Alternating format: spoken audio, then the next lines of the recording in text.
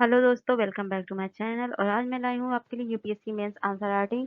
जैसा कि आपको पता है, आंसर राइटिंग का सीरीज चल रहा है और मैंने बहुत सारे आंसर राइटिंग करा दिए हैं और कंटिन्यू करा रहे हैं। ये 2022 का आंसर राइटिंग है, प्रीवियस ईयर का और जीएस 2 का। तो यहाँ पर क्वेश्चन दिया गया है, तो तीसरा क्वेश्चन है। इसके पहले बहुत सारे क्वेश्चन करवा उठे हैं जीएस 2 के, तो इसको आज हम करेंगे।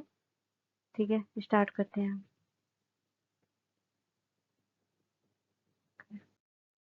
तो जीएस 2 का क्वेश्चन है, आपकी राय में भारत में शक्ति के विकेंद्रीकरण ने जमीनी स्तर पर शासन परिक्षेत्र को किस सीमा तक परिवर्तित किया है? 150 वर्ड 10 नंबर का है। तो to what extent in your opinion has the decentralization of the power in India change the domain of the governance at the grass root level? तो 150 क्वेश्चन है, मतलब 150 वर्ड में लिखना है आपका 10 नंबर क्वेश्चन। तो बताना है डिसेंट्रलाइजेशन जमीनी स्तर पर शासन परिक्षेत्रों की इस सीमा तक परिवर्तित किया है।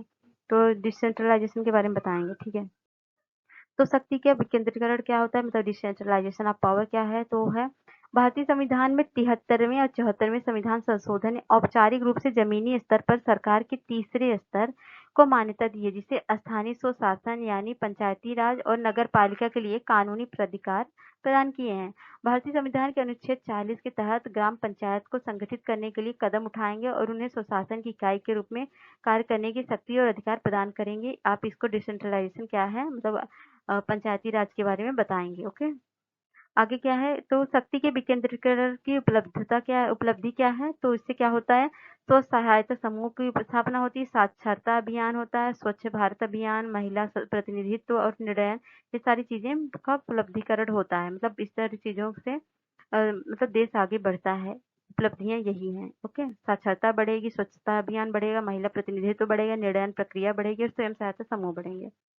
तो निर्णय कैसे होगा? अब स्थानीय स्तर के मुद्दों पर स्थानीय लोग निर्णय लेने में भाग ले सकते हैं।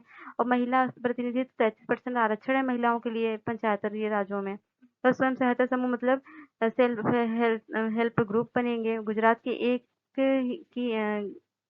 के एक ही सरपंच मीना बहन ने स्वयं सहायता समूह गांव में नेतृत्व कौशल विकसित करने के लिए काम किया।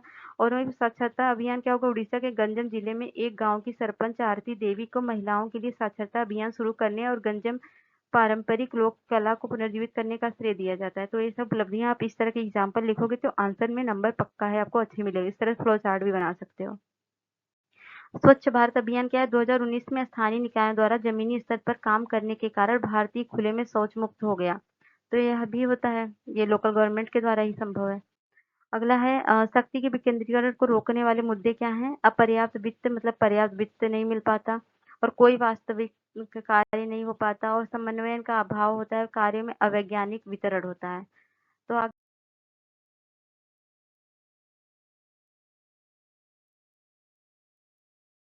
देखते हैं हम, अपर्याप्त वित्त क्या होता है? उपकर और कर लगाने की सीमित शक्ति होती है, मतलब उनको यहाँ से ही तो वित्तीय सहायता मिलती है। कोई वास्तविक कार्य नहीं है, शिक्षा, स्वास्थ्य, स्वच्छता, पानी जैसे कार्य राज्य सरकारों के पास केंद्रित हैं, जिस लोकल गवर्नमेंट तक पहुंच नहीं पाती है। समन्वय का अभाव होता है, सरकारी तंत्र और स्थानीय प्रतिनिधित्वों के बीच समन्वय का अभाव रहता है। कार्यों का अवैज्ञानिक वितरण होता है, पंचायत और पंचायत सीमित से समिति के कार्य अधिव्यापन ओवरलैप होते हैं, जिसमें भ्रम प्रयासों को दोहराव होता है। और क्या है स्थानीय निकायों? तो इस तरह से पूरा क्वेश्चन को डायफ्राम मतलब फ्रेम में रख के आप आगे निष्कर्ष पे आएंगे। स्थानीय निष्कर्षों और पंचायतों के लिए मानव पूंजी के हस्तक्षेप में बड़ी भूमिका निभाने की कार्यों और कार्यकर्ताओं के साथ साथ पर्याप्त वित्तीय संसाधनों की आवश्यकता होती है, इसको पूरा करना चाहिए। 5वीं और 6वीं अनुसूची के राज्यों को शासन के लिए जिस प्रकार की स्वायत्ता की प्रदान की गई है, उसे सभी राज्यों तक विस्तारित करने की आवश्यकता है। मतलब इस तरह से राज्य को छूट दी जाए ताकि वो भी अपने लोकल गवर्नमेंट को मतलब अच्छे से चला सके। तो ये रहा पूरा आंसर। और कैसा लगा आपको ये आंसर जीएस 2 का, जो कि पॉलिटी से है। और इसको आप पंचायती राज को और भी अच्छे तरीके से नए नए एग्जाम्पल डाल के लिख सकते हो। एग्जाम्पल डालना बहुत इंपॉर्टेंट होता है आंसर राइटिंग में। तो ठीक है, कैसा लगा आपको ये आंसर बताइएगा जरूर। और हाँ, नेक्स्ट वीडियो आप किस पे चाहते हैं ये भी बताइएगा। Okay, thanks for watching. और लाइक करिए, शेयर करिए, सब्सक्राइब करिए। Thank you.